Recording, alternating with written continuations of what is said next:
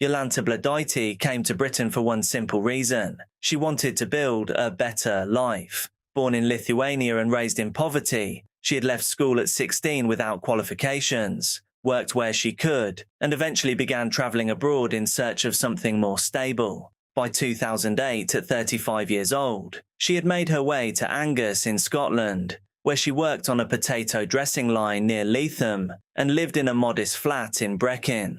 Yolanta kept herself to herself. She worked hard, spent little, and saved what she could. Her family said she dreamed of returning to Lithuania with enough money to improve their lives. Her father, Sarunas, later recalled her telling him not to worry and that she would buy him a house when she could. That money would eventually place her in danger. Yolanta shared her flat with a young Lithuanian man named Alexandra Skerda. He knew she had several £1,000s saved and discussed it with another Lithuanian worker, Vitas Plitnikas. According to the prosecution, the two men began planning to steal her savings and ensure she could never identify them afterwards. On the morning of the 29th of March 2008, Yolanta was reading in bed when Skerda and Plitnikas entered her room. They restrained and gagged her, demanded her bank card details, and forced her to reveal the correct PIN. She initially gave them the wrong number, apparently hoping she might survive if they could not access the account. Eventually, she gave them the correct details. Money was withdrawn from her account,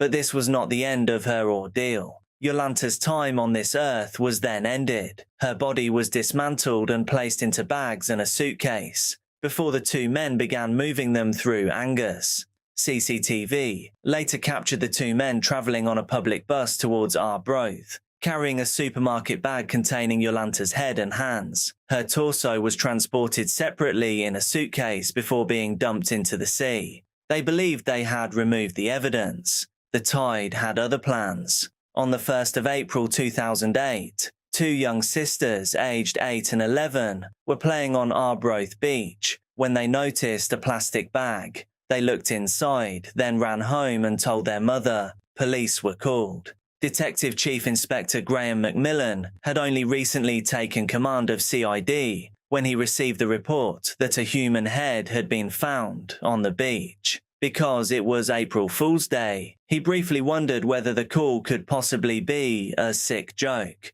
It was not. More remains were discovered nearby, and investigators quickly began trying to identify the woman. One breakthrough came when a young female police officer recognized an artist's impression. Yolanta had previously helped police as an interpreter during an unrelated minor incident in Brechin. Her employers had also become concerned when their normally dependable worker failed to appear. The investigation moved quickly. CCTV showed the two men transporting Yolanta's remains. Divers later recovered the suitcase containing her torso from Arbroath Harbour, while other searches uncovered the sharp implements used in the crime. Skerda eventually admitted to murder and gave evidence against his co-accused. Plitnikas denied responsibility, but a jury found him guilty in 2009. Skerda received a minimum term of 20 years, while Plitnikas was ordered to serve at least 28. Lord Pentland described what happened to Yolanta as a truly monstrous and evil crime. For Yolanta's family, though, the sentence could never restore what had been lost. Her father died before hearing the final outcome. All of her hard work tragically amounted to nothing. He had once described his daughter as kind and gentle, remembering how she had brought home a freezing puppy as a child because she could not bear to see it suffer. This is one of those cases that is just all-round horrifying. In the early hours of the 19th of November 2024, emergency services were called to a fire inside a flat on Lady Street in Dumfries. When firefighters brought the blaze under control, they discovered the body of 58-year-old Joseph Ernest Johnston, known to friends as Ernie, inside his kitchen. At first, the fire might have looked like the obvious explanation for what had happened, but it wasn't. Ernie had been subjected to an extraordinary attack before the flat was deliberately set alight. The man responsible was 35-year-old Gabriel Brown, someone Ernie had apparently never even met before that night. The connection between them came through Brown's stepmother, who had previously been in a relationship with Ernie. She had once pointed out where Ernie lived, and spoken negatively about him. Brown later claimed he believed Ernie had mistreated her, and prosecutors said that it was that belief that became the motive for what the judge would later describe as a punishment attack. Brown had been drinking alcohol and smoking substances before going to Ernie's home late that night. Despite being strangers, Ernie allowed him inside. Strangely, the two initially appeared to get along. At one point, they even took a selfie together. Whatever calm existed inside the flat did not last. Brown attacked Ernie with a sharp implement, striking him at least 22 times. He also carved letters into Ernie's face and removed his ring finger. Brown would later admit that he cooked and consumed the finger, while the judge said the specific choice of the ring finger supported the prosecution's argument that this was intended as punishment. Brown then began trying to destroy the scene. He started fires in 4 separate areas of the flat, burned furniture, switched on the cooker hobs, and placed metal cutlery inside a microwave. Smoke alarms were ripped out. Brown then left and returned to his stepmother's home. That night, he sent another person a message making an accusation about Ernie before adding 3 words: "He sleeps forever." When police eventually found Brown, he was asleep in his stepmother's attic. But the strangest part of the case emerged when Brown went on trial. He denied murder using a special defense based on mental disorder and claimed that, during the attack, he had been possessed by the spirit of Aleister Crowley, the notorious British occultist who had died in 1947.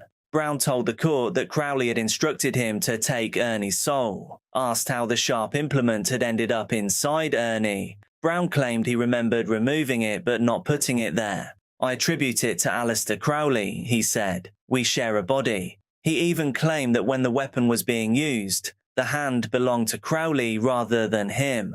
The jury did not accept it. After a trial lasting almost 2 weeks, Gabriel Brown was found guilty of murdering Joseph Ernest Johnston and attempting to defeat the ends of justice. Lord Mulholland described what happened inside the flat as a sustained, vicious and merciless attack on a defenseless man in his own home. The evidence had been so disturbing that, once the verdict was delivered, the judge excused the jurors from ever having to perform jury service again. Brown now faces a mandatory life sentence. Anybody anywhere knows of Julie's whereabouts, please don't let us go on like this. I'm begging you from the bottom of my heart. A man stepped into his front garden on Ardshiel Road and noticed something that obviously should not have been there. It was a human bone, with tissue still attached. DNA testing would identify it as the right femur of 47-year-old Julie Riley. 4 days later, another thigh bone was recovered from what appeared to be a burial site on Drumoyne Drive. Until that point, Julie had officially been a missing person. Now police knew that this was actually something far worse, but the first signs had appeared weeks earlier inside Julie's own flat. Julie lived on Shield Hall Road in Glasgow. 2 years before she disappeared, she had suffered a brain injury which affected her memory, slowed her reactions, and altered her speech. She still lived independently, but people who knew her described her as trusting and inclined to see the best in others. That became important in December 2017, when Andrew Wallace needed somewhere to stay after separating from his girlfriend. Julie allowed him to move into her home and even told her mother that Wallace might be able to help care for her. Wallace apparently saw the arrangement very differently. He reportedly described Julie to a friend as someone who was easy to manipulate and rip off. On the 6th of February 2018, CCTV captured Julie and Wallace shopping together inside an Aldi on Paisley Road West. At around 5 that afternoon, they walked out of the supermarket together. What happened the following day only became significant later. Wallace met a friend and said that he needed to get rid of a body. He also started telling people that Julie had simply moved away to another part of Glasgow. Then he started appearing with suitcases. At one friend's home, Wallace arrived dragging a heavy brown case. He claimed he had struck a deer while driving and that the suitcase contained meat he hoped to sell. The following day, he appeared somewhere else with another suitcase and gave a completely different explanation. That one, he said, contained dirty washing. Neither story was true. While Wallace was moving around Glasgow, Julie's family had no idea what had happened. She missed several appointments, and then on the 15th of February, she failed to appear at her grandson's first birthday. Her relatives knew this was completely unlike her and reported her missing. As the search continued, Julie's mother, Margaret Hanlon, stood in front of television cameras and appealed directly to her daughter. She said, "Please let us know you are okay. I'm begging you from the bottom of my heart." By then, investigators had begun examining Julie's home. To the naked eye, parts of the flat appeared to have been cleaned. Under luminol, the picture changed completely. Traces of red DNA appeared throughout the hallway, kitchen, bedrooms, and living room. Investigators found staining inside the bath, drag marks across the property, and evidence that somebody had tried to remove what had happened there. A fingerprint belonging to Wallace was found mixed with Julie's red DNA on the washing machine. Footwear impressions also connected him to the scene. A lock knife recovered from a friend's house carried Julie's DNA. And then the bones began appearing. Following the discoveries on Ardshiel Road and Drummoyne Drive, Andrew Wallace was arrested. Investigators began reconstructing what he had been doing after Julie vanished, and the picture became even more disturbing. Wallace had been using Julie's bank card, deliberately keeping purchases below the contactless limit. His phone contained searches relating to effective knife strikes and taking someone's life with a knife. Investigators also found images of hunting knives and suitcases, so it seemed like the jig was pretty much up. Eventually, Wallace admitted what he had done.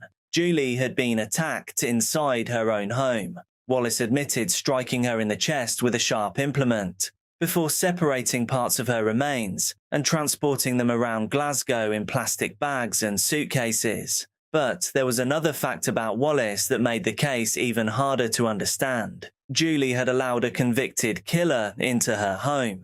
In 1992, when Wallace was only 15, he had fatally attacked 51-year-old Caroline Packer in Glasgow. He pleaded guilty to culpable homicide and received a 10-year sentence. More than 25 years later, another family had now lost someone to the same man. Wallace eventually pleaded guilty to murdering Julie and attempting to defeat the ends of justice. In February 2019, he received life imprisonment with a minimum term of 28 years. Lady Ray described what he had done as an evil and despicable act and called him a dangerous man with a considerable propensity for violence. But even with Wallace behind bars, Julie's family still could not properly lay her to rest. Most of her remains were still missing. Her sister Lynn publicly appealed directly to Wallace. "Please tell us where Julie is. Let my mum have her wee girl back."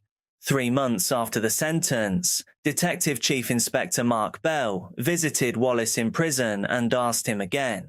This time, Wallace answered. He drew a map. Detectives followed it to a back garden in Cessnock, just beyond the area they had previously searched. Within hours, they recovered more of Julie's remains, including her head, pelvis, and torso. 13 months after Julie walked out of Aldi with Andrew Wallace, her family could finally bring her home.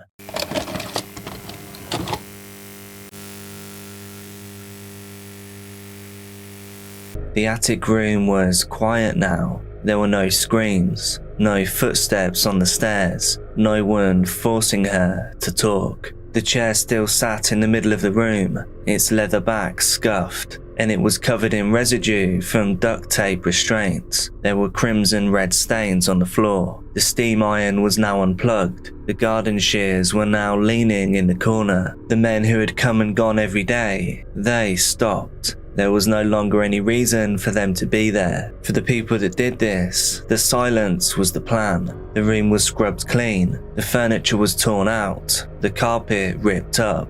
Everything erased. Well, almost. Young men for extortion, abduction, tying up. See you. Bye. Linda Spence was a 27-year-old financial advisor living in Glasgow. She was warm, generous, charismatic, and ambitious. She liked the high life, fast cars, champagne, designer clothes, and she definitely had the charm and the drive, but she also had some secrets. Behind her polished image was a storm of debt and deception. She'd been declared bankrupt in 2008, owing nearly £40,000. But that didn't stop her. A year later, she founded Fraser Properties, a mortgage and lettings company that barely existed on paper. She told people that she was married to a well-connected Albanian man, but it was later revealed that that was just a sham. It actually seemed that Linda had no loyalty to anyone other than herself. She had in fact been recruited as a confidential informant by Scottish and UK organised crime agencies. She was juggling real estate scams and government informant work all at once, and for a while she made it work. She managed to stay afloat, but then the lies caught up, and in a way that nobody would have been able to predict. Linda owed some serious money to some very dangerous people. One of them was a man named Colin Coates. He was a violent career criminal, and he had a history of threats, intimidation and assault. This included an air raid attack on a flight, where he attacked a flight attendant and threatened his fellow passengers. Coates had invested £85,000 with Linda. He thought he was going to get a tidy return, but instead, Linda blew his money. And to cover her tracks, she did something pretty desperate. She paid a Glasgow printer to make fake Danish government bonds, allegedly worth over £6 million. Coates was then shown these forgeries as proof that a multi-million-pound deal was in fact on the way. But of course, this was all fake. It was all completely worthless. And it didn't take Coates long to realise that he had in fact been conned. And this didn't just make him angry, it made him want revenge.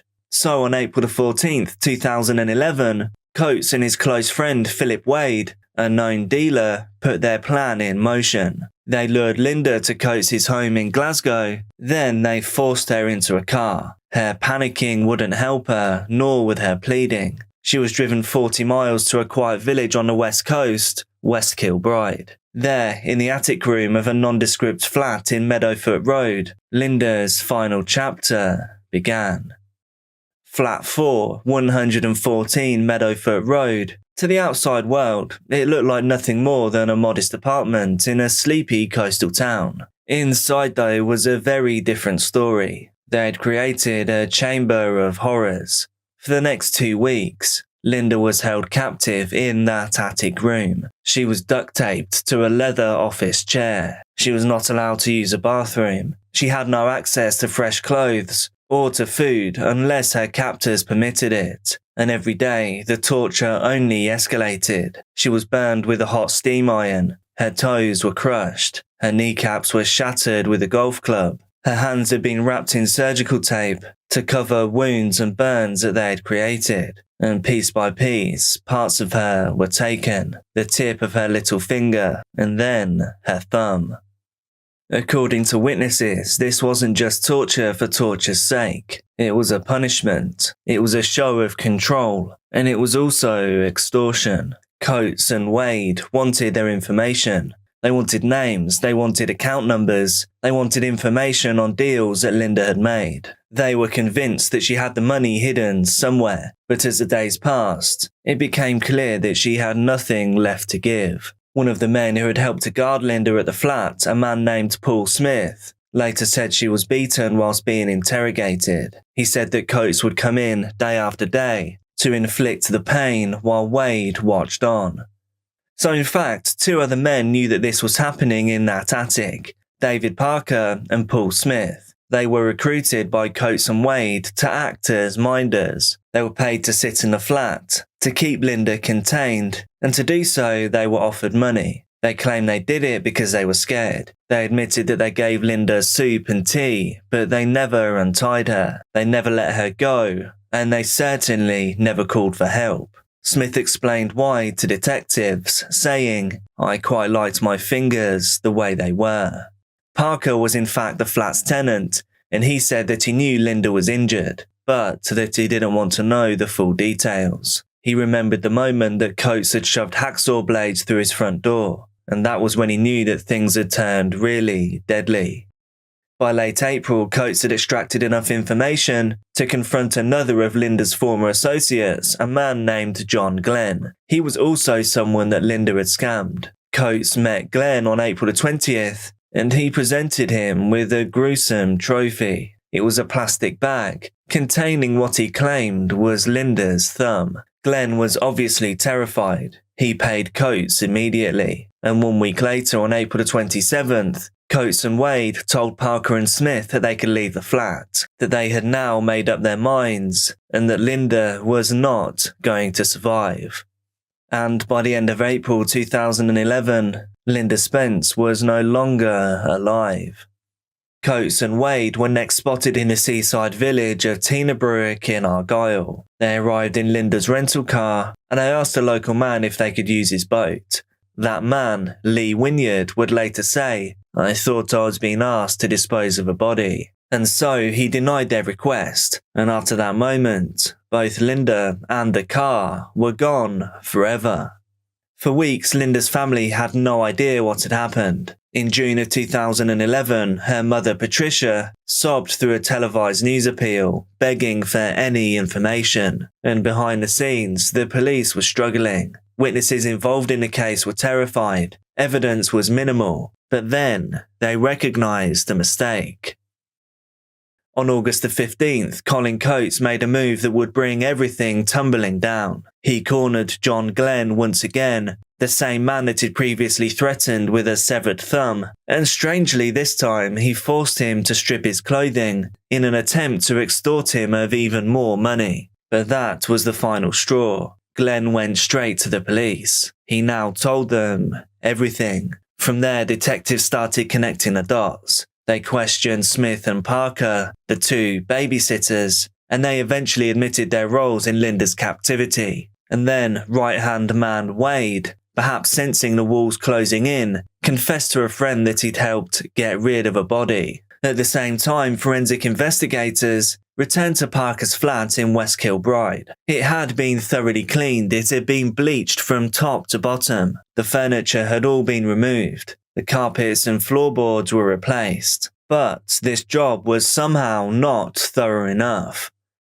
Linda's red DNA was found on the linoleum floor near the bathroom, and Colin Coates' fingerprint was recovered from inside the flat. This was enough to go to trial. Just a heads up, after the trial, there is still one huge twist, so make sure you watch until the end. The trial of Colin Coates, Philip Wade, David Parker and Paul Smith began in the High Court in Glasgow. It lasted 11 weeks. Jurors were shown graphic evidence of what Linda had endured. They heard about the steam iron, about the crushed toes, and they learned of the severed fingers. They were told how she wasn't allowed to leave the chair, not even to use the bathroom. Witnesses testified that Coates boasted about the murder. Others described how the flat had become a place that was used for regular torture sessions. Coates' defense tried to claim that Linda had willingly gone to the flat, that she had chosen to hide there because of threats made by other business rivals. They even suggested that she might still be alive, that she had simply taken the opportunity to flee, to start a new life. The jury, though, they didn't buy it. Colin Coates was unanimously convicted of abduction, torture and murder, and of disposing of the body. Wade was found guilty of the same. He, though, was cleared of one specific allegation, that being the removal of the head, but he was found guilty of every other charge. Parker and Smith were originally charged with murder, but they pled guilty to reduced charges of holding Linda against her will, of attacking her, and of helping to cover up the crime. The judge, Lord Pentland, had strong words for Coates and Wade. He described the crime as truly monstrous and barbaric. He called Coates the prime mover, a manipulative and dangerous man with no regard for human life. Wade was labelled a violent and dangerous man, but he was entirely lacking of respect for civilised society. By the end of the trial, justice had been served, but for Linda's parents, there was no closure. After the guilty verdicts came down, after the media headlines and the public horror, Colin Coates wasn't finished. He wanted to challenge his conviction, but it wasn't because of new forensic evidence. It wasn't because a witness recanted their statements. His legal team argued that a video, released just days before the jury's decision, had prejudiced the entire trial. The footage appeared in a Daily Record's iPad edition on March 29, 2013. It stayed online until April 2nd, just before the verdict was reached. New gangster in town. Young men for extortion, abduction, tying up. Only during funerals, bar mitzvahs. Call 1-800-SUPER.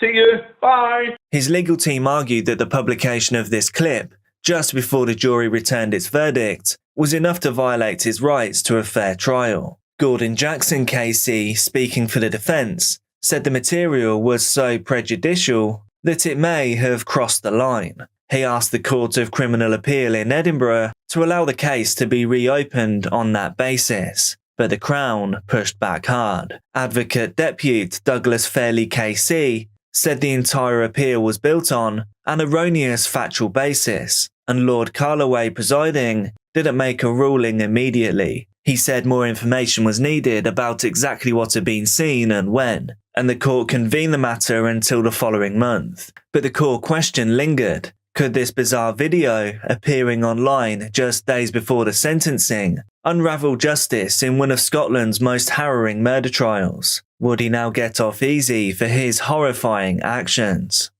Well, no. Despite the appeal, the sentences handed down in the original trial still stood. David Parker was sentenced to 11 years and 3 months for his role in holding Linda captive and helping to clean up after the fact. Paul Smith received 11 years for the same. Colin Coates was sentenced to life imprisonment. He must serve a minimum of 33 years before he is eligible for parole. Philip Wade was given life as well. His minimum term is 30 years. The verdicts brought some relief to Linda's parents, but no peace. They released a statement after the trial saying, "No verdict will bring our daughter back or spare her the terrible ordeal that took her life. We cannot begin to understand or forgive what they did to our daughter, Linda." They described her as warm, kind and thoughtful, someone who always had time for others, and we miss her so much. How exactly her time came to a close, it's still unknown, but what we do have are the accounts of people who spoke to Coates while he was in prison. One inmate, a man named Peter Hadley, testified that Coates had confessed everything. He said that Linda had tape over her mouth, that he pinched her nose and he held it until she no longer struggled. He then claimed to have removed her head and then cremated her in a furnace. Detective Superintendent Alan Buchanan, the man who led the investigation, echoed the family's pain. He said, although satisfied with the verdict, the pain for the Spence family continues, because due to the actions of the accused, they have been unable to lay their daughter to rest. He urged Coates and Wade to do one final thing, to tell police where Linda's body was. But to this day, that still hasn't happened. Justice may have been served in court, but the Spence family is still waiting for their chance to say goodbye. This is just one more case in which I think the no body, no parole law should be brought in.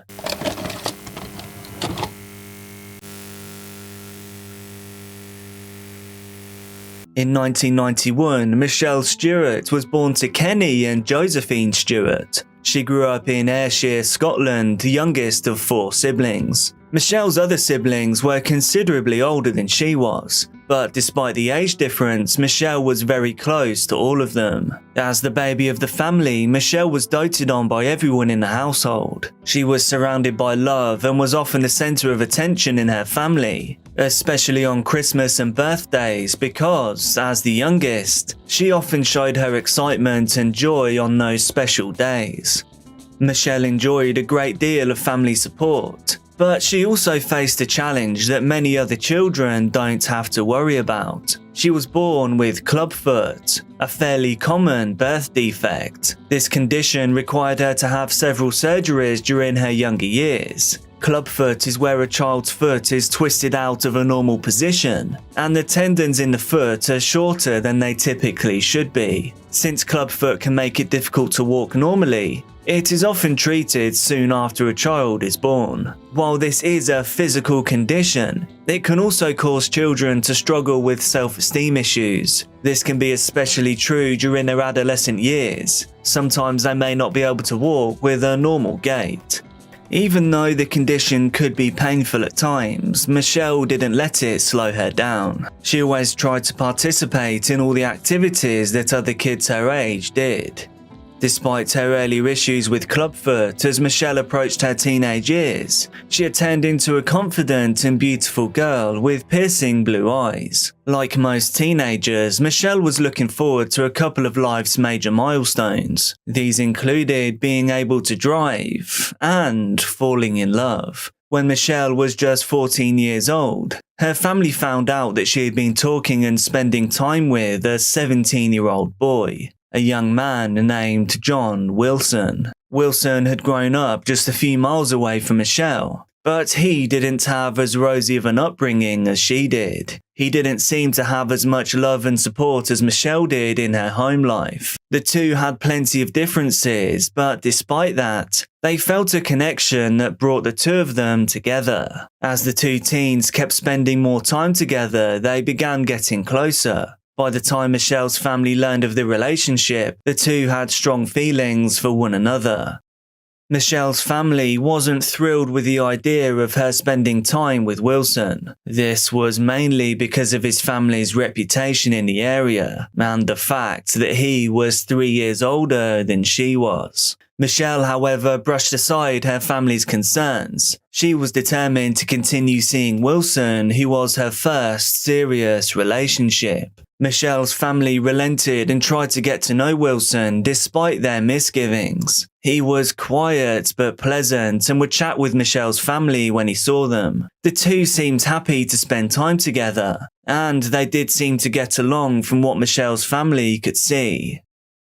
While he did conduct himself well around Michelle's family, Wilson didn't display the same model behavior when he was away from them. He began to earn a reputation as a troublemaker, with the police even being involved in some of his more serious instances. In the first year after Michelle's family met him, Wilson had been arrested on a racially motivated charge. A later conviction that happened when he was 17 years old raised another major red flag for Michelle's family. He had tossed a lit firework onto a bus filled with school-aged children. Some people might have written it off as a thoughtless prank, a careless trick played by a young man who hadn't considered how his actions might hurt others. But altogether, this added to the growing list of Wilson's questionable behavior.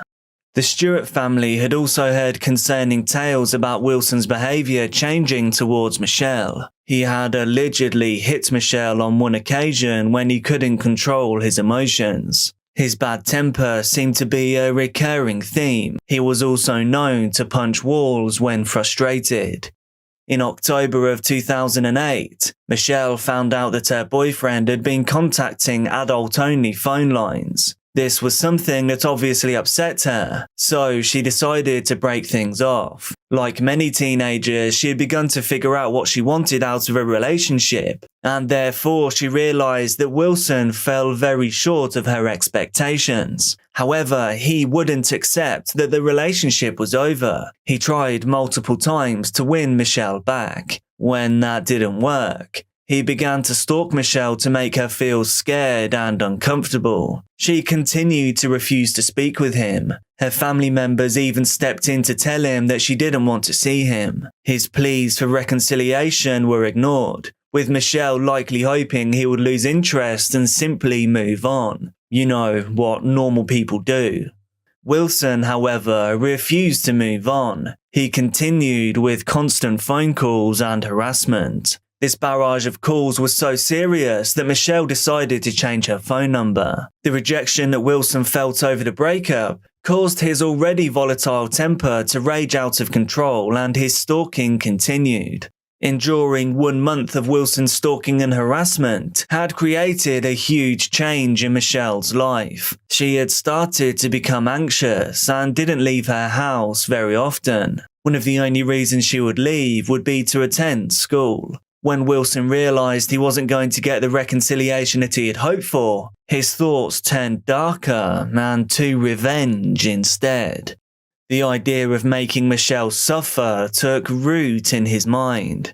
Meanwhile, Michelle was working hard to put the trauma of her past relationship behind her. She was ready to move on. She had taken steps to begin making her goals and dreams come true. With her 18th birthday approaching in November of 2008, she had begun taking driving lessons so she could realize her goal of getting her license. This was another major milestone that she was incredibly excited about. Michelle had also been thinking about what kind of career she'd like to have as an adult, settling on the idea of becoming a secretary within the police force, something that would further distance herself from Wilson.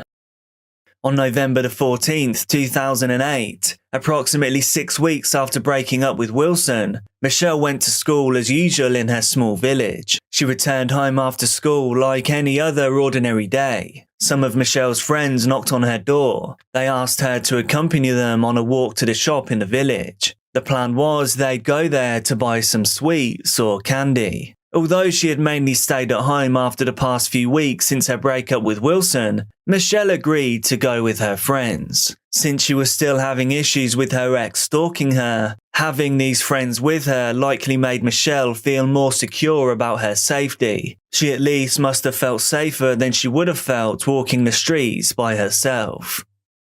She and her friends left the shop at approximately 6:30 p.m. and then Wilson came up to the group, insisting that Michelle talk to him. It was no accident that Wilson had stumbled upon Michelle outside of the shop. He had taken 2 buses from his home to lurk outside the shops, the shop where he knew Michelle liked to go when she wanted a sweet treat.